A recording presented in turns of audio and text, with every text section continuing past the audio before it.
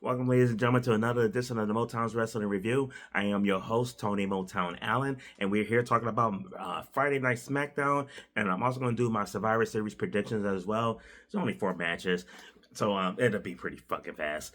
But the show kicked off with a little yeeting. Not just a little, we did a lot of yeeting. So Jey Uso kicks off the show doing some yeeting, had the little kids with him, which was pretty cool. Got in the ring, they stopped the yeet, but we had some more yeeting. So Jey Uso is taking on Rusev to determine who's going to move on the Last Time Is Now tournament. And actually, it's a pretty decent match, but Jey Uso gets the win in the end, which I was kind of happy for Jey that he won. A little bit surprised, though, but he hit Russo with the splash and gets the win. I gave this match a B. Good way to kick off Monday Night Raw. Sorry, Thanksgiving kind of threw me off. Fridays felt like Monday because I didn't work Thursday, but kicking off Friday Night SmackDown. Then we had Chelsea Green out there celebrating her second term as the United States Women's Champion. I'm so happy that she got the title back. She was out there with Alba Fire. Piper Niven's been gone for quite some time. Really haven't heard an update on her. I believe she was hurt though, but kind of looking forward for her to coming back. But I think they really do need somebody else with Chelsea Green and Alba Fire, especially if you're going to have the Secret Service. If the Secret Service consists of more than just one person, and even if you pick up somebody else to join them, it's not like you can't like just plug Piper Niven right back in there with them. But the celebration itself, she was spent a lot of pyro and everything, and instead, as she's talking about, she's the top women's champion. Out comes Jade Cargill. With Jade Cargill's music hit, I'm like, oh Lord. This ain't gonna end well. Jay takes out Alba Fire, hits Jaded on Chelsea Green. Jade leaves the ring, holds the title up. She gets the pyro that Chelsea Green was expecting. But actually, all pretty decent segment. I'm actually we know that Jay is gonna end up whooping Chelsea Green though, but the way Chelsea Green puts over talent, I'm actually really looking forward to seeing how that match plays out. Now, in the Last Time Is Now, the final match of this round leading up to the Final Four, L.A. Knight, yeah! It's taking on somebody because Sheamus got hurt, which Sheamus was the rumored person to win it all. Faced John Cena in his last match on December 13th. Which was the anniversary, December 13th, 2009 is when Sheamus took the world title from John Cena. So it was rumored that they was going to have Sheamus be his last match on the anniversary of that, but Sheamus got hurt. Now, LA Knight should be moving on with a bye because usually when somebody is unable to continue in the tournament, as LA Knight pointed out, when you're unable to continue in the tournament, whoever that person is facing automatically gets a bye to the Final Four. But they trying to do LA Knight dirty and everything. And we thought they was going to bring in like a surprise or something like that for his final match, but the surprise was it was The Miz, and that's awesome for L.A. Knight, yeah.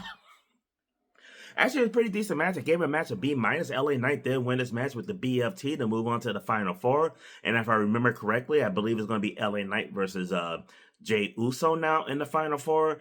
And if I remember right, it'd be Solo Sikoa versus Gunther. So, honestly, I think this is shaping up to Gunther being John Cena's final match. And that's going to be a fucking ass whooping if you ask me. I would like to see LA Knight get that rub. Quite frankly, I think LA Knight has earned the right to be that last match. I think LA Knight could use it a lot more than Gunther. Not saying Gunther can't use the rub, but I think LA Knight would benefit from a lot more though. So I'm kind of pulling for LA Knight to face John Cena, but my heart telling me it would be Gunther. Then we had Charlotte Flair versus Asuka that determined who's going to have the advantage in the women's War Games match. And we had Becky Lynch doing her little prep talk, kind of not shame them, but kind of point out how she's 100% winner in the War Games, and then she kind of broke down how they basically sucked in the War Games. But then you had the babyface and everything kind of pumping up Charlotte and everything to beat Asuka again. Because, Charlotte ended the streak a long time ago. Charlotte beat Asuka several different times. Asuka could whoop through everybody, but somehow she never beat Charlotte Flair. And we even had the moment of the night when AJ came skipping her ass to the backstage area. Just seeing AJ does my heart good. But the match itself, I mean, Asuka versus Charlotte, I mean, they're very familiar with themselves. They hardly ever put on a bad match. Man, Charlotte's moonsault is really impressive and everything. I mean, I'm not going to say she has the greatest moonsault ever, but she has that greatest moonsault ever done by a Flair. You don't see Rick doing that. You don't see Reed doing that. Well, you don't see Reed doing anything now. Black Tar Heroin and all.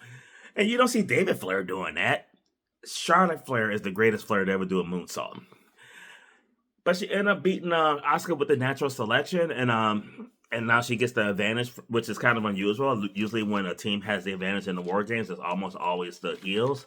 But I do kind of like the fact that since that's been so predictable, I do like the fact that the WWE decided to go in a different direction with that.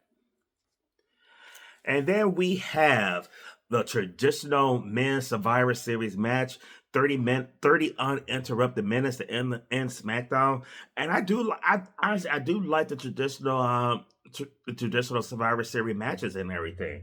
I get what they're trying to make Survivor Series about War Games and everything, but I wish they would just go back to that though, like kind of go back to what it traditionally is.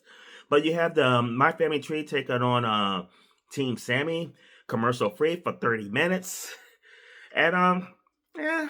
I gave the match overall a B minus. It was entertaining. It was kind of nice call back to it. Though you had JC Mattel eliminated by the Motor City Machine Guns. You had Nakamura eliminated by Tama Tonga. You had Tonga Loa eliminated by Ray Phoenix. Elk Shelley eliminated by Tala Tonga. Chris Sabin eliminated by Tala Tonga. Ray Phoenix eliminated by the other one. It's just too many Tongas. Tama Tonga Loa, I wish they gave them more distinct names because it gets fucking confusing and hard to keep up with. But the match ended up going down to Solo Sikoa versus Sami Zayn. And actually, I was pretty impressed when it went down to 1-on-1 and everything. The tag team match itself was okay at best. I think I would have probably been more invested in it if they had, like, different people. I'm just going to keep it real. But the one-on-one match with Solo and Sammy was pretty cool and everything. And at the end, a lot of back and forth though, but Solo got the win with the Samoan Spike. He's the sole survivor. I gave the match a B minus. And then the lights went out and out comes the Wyatt 6. So you had that really good moment at the end. And then you had Bo Dallas hitting the Sister Abigail on Solo Sikoa. I thought the match was decent and I liked the tradition and everything though, but I kind of wish that they maybe like built that feud up with the My Family Tree and the Wyatt 6 for traditional Survivor Series match. I think that would have been a little bit more entertaining instead of you throwing the Motor City Machine Guns in with Ray Phoenix and Sammy. It's just kind of like these guys are just thrown together. I would have liked to see more of like the two factions going at it instead of what we got though. But like I said, again, the match would be minus. I thought it was pretty entertaining. And now we're going to go into a quick rundown of what I think is going to happen at Survivor Series. All right, the first match I'm going to cover is going to be basically, in my opinion, is the no-brainer. Stephanie Vaquer. Oh, yeah. And you know I put it on Stephanie like this. Taking on that bitch, Nikki Bella. This should be a squash match. I mean, Stephanie Vaquer should not only hit her with the Devil's Kiss and this shit with the corkscrew moonsault. This shouldn't even be a match. Like, really? Nikki fucking Bella? Stephanie Vaquer in a straight out ass whooping. She ought to beat. Stephanie Vaquer is going to beat Nikki Bella like my Bears beat the world champion Philadelphia Eagles. Our next one-on-one match is Dirty Dom versus John Cena, the Never Seen 17. Y'all gonna look at me like I'm crazy on this? But John Cena only has 2 matches left. He's got this one, and then he's taking on the winner of the tournament on December 13th. That match does not need a U.S. title.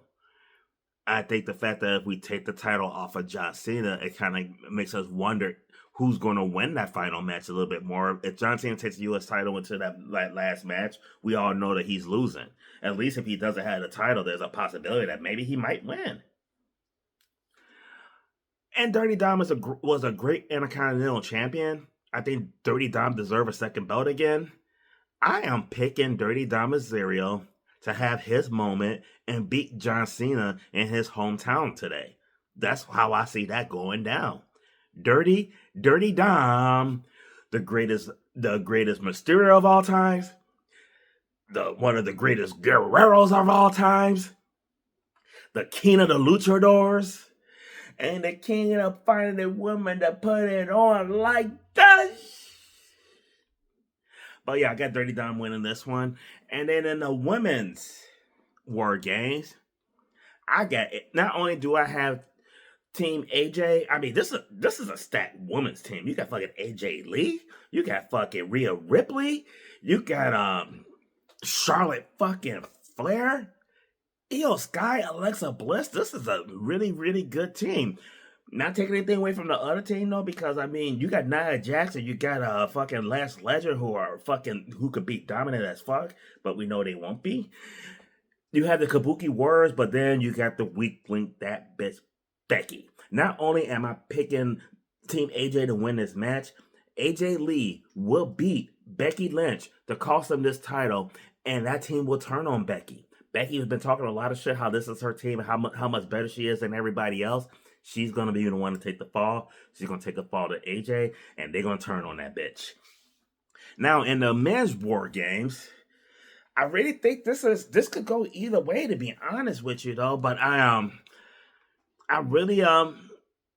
don't see Roman, Cody, and CM Punk losing this one. Even though the Usos Jimmy Uso could easily take the fall in this. But I mean, but no, the other team though is fucking. I think the baby faces are more star-studded, stacked. But man, Paul Heyman's group. You got fucking Braun Breaker. You got fucking Bronson Reed. You got Drew McIntyre. You got Logan Paul. You got Brock Lesnar. I could see Logan taking the fall for them. I could see Bronson Reed maybe taking the fall for this. I think on paper, the heels got the better team. I think the babyface is just a little more star-studded. So for that reason, I'm actually going to go with the babyfaces. Team Roman, Team Cody, Team Punk, whoever you think is the leader of the team. I think they're going to win, despite there going to be hints of like tension between them, though. But Roman and Punk's going to get their comeback on Paul Heyman by getting a win here, though. So let me know what you thought. Leave your comments and subscribe to so you can get alerts when these videos are uploaded. Make sure you like the video as well. And if you're not already in the Motown's wrestling group, make sure you join. And a special shout out to the first lady of the Motown's wrestling group, Ty Nixon, always holding it down. She didn't do any reviews this week. It's holiday week and everything, though, but she will be back next week. So make sure you're in the group so you can see what she has to say about the show she does. She normally does like Evolve, AEW, NXT. Usually the stuff that I don't cover, she covers. I cover like basically Raw and SmackDown when I have the time, and she usually picks up what she watches and covers the rest, though. So thank you, Ty, for all your hard work. I hope you could go into your birthday month, because next month is Ty's birthday. I hope you go into your birthday month with happy thoughts of Chris Jericho. Judas in my mind.